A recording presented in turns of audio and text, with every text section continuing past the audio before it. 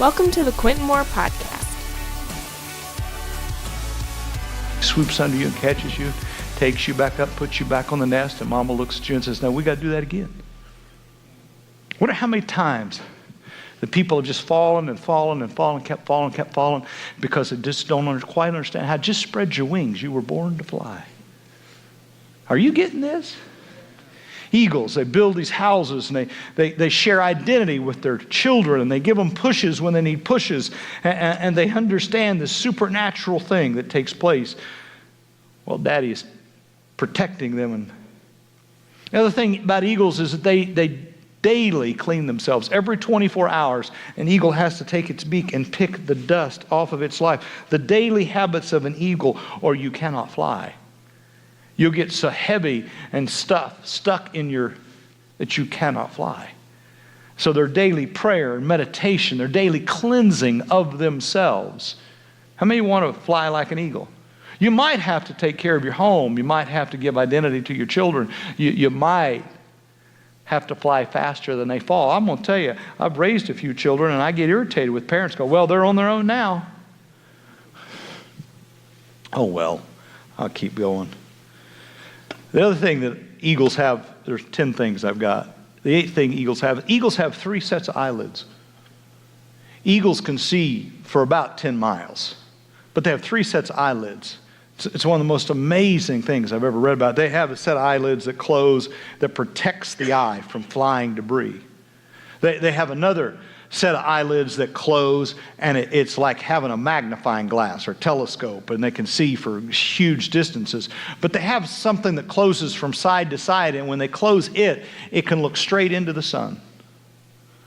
You see, an eagle can't maneuver as sharply as some smaller birds, and so other birds, well, if you've ever seen an eagle, other birds will hang around and fly and irritate an eagle, really trying to get at what it's eating. So the way an eagle gets rid of its prey is it closes all 3 eyelids, looks straight at the sun, and just flies directly into the sun.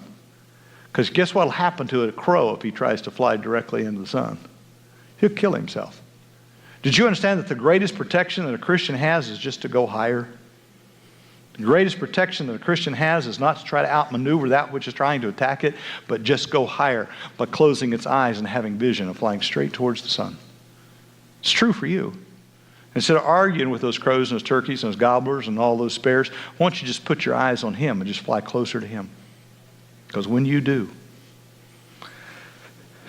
Number 9 that I find interesting about an eagle is that eagles have this great ability to renew themselves.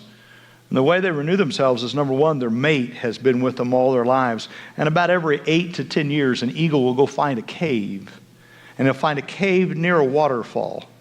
And it'll go into that cave, and it'll take its beak, and it'll beat its beak against the side of the cave until that beak is razor sharp. And then he'll begin to pull the feathers off of himself. And he'll begin to strip himself until he's naked. And all the wounds and the scars of the last 10 years. And then he'll walk over and get under the waterfall, and he'll spend 40 days underneath that waterfall. Say 40 days. All the time that's going on, his mate will be bringing him food. And he or she will eat for 40 days this fresh fish generally, and feathers will grow back. But he won't fly yet. He'll wait another 10 days until there's new oil sacs under his wings, and that oil will come up and get on those feathers, because if you try to fly without oil on your feathers, you'll become so heavy you'll fall. You need the Holy Spirit in your life. For 40 days he made himself known, and then for 10 days he ascended into heaven, and then the Holy Spirit came and anointed his life. Are you catching this yet? These are the things eagles do. The final thing I'll say to you is eagles are fishermen. They're fishermen. Say fishermen. And I'll make you fishers. They're missionaries. Christian, we're supposed to be missionaries. We're supposed to be searching for other people that we can teach how to be eagles. We're supposed to be, listen, getting a notch in your belt just because someone got baptized isn't the point. Listen, my job, once they get in that tub, is to teach them how to be eagles. Teach them how to be the most successful. Teach them how to have marriages that last. Teach them how to raise children who know who they are. Teach them how to build homes. Teach them how to, am I making sense? Listen, you and I's responsibility is we're supposed to be an eagle's nest. We're supposed to be a place where people can discover who Christ is, and then they're supposed to be able to live in this nest, and we teach them how to be the very best. I mean, come on, the symbol of America is an eagle. Maybe instead of a bunch of Americans acting like a bunch of darn turkeys, maybe we ought to try to be the eagles that we portray that we are. Am I making sense?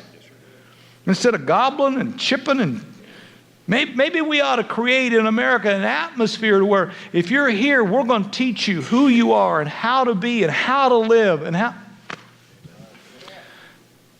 Eagles depend on eagles.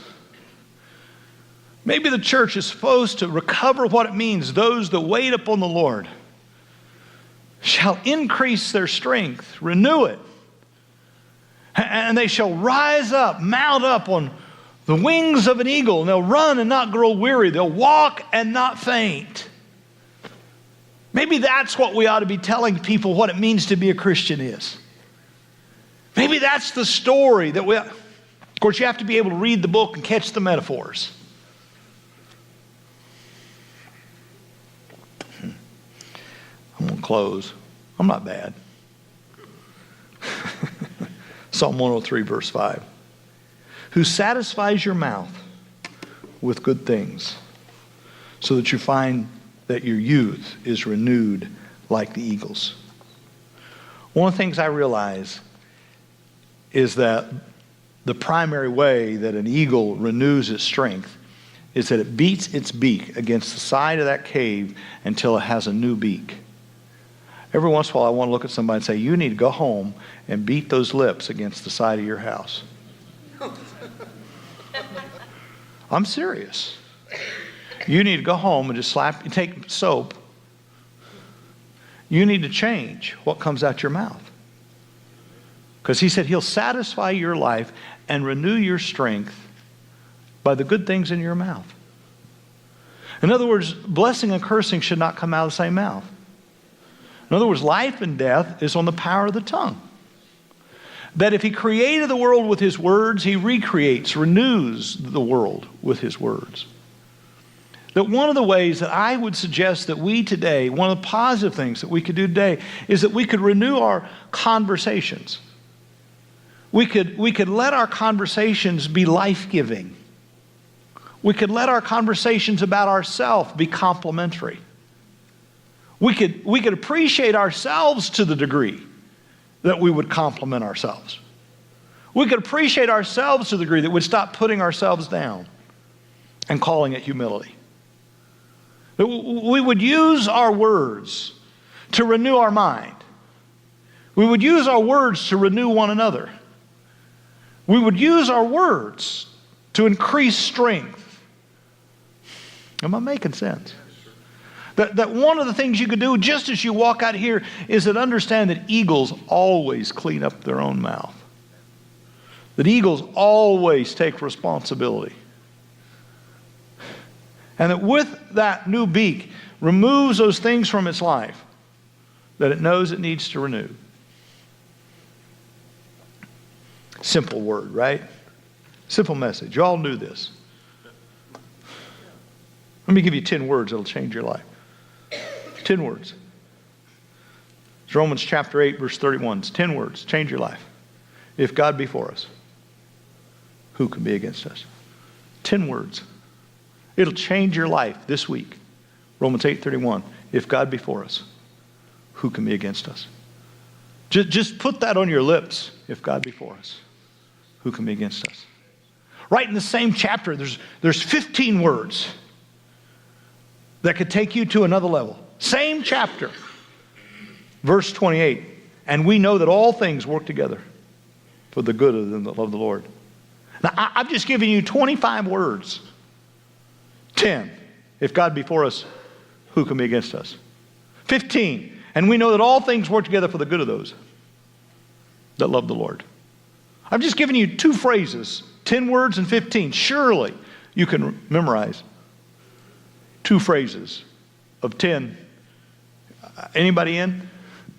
Just 2 verses, all in the same chapter, put all together. I wish this one had been 20, but I'm just going to say it's less than 20. If I was on a roll when I was counting words. In all these things, we are more than conquerors through him who loved us.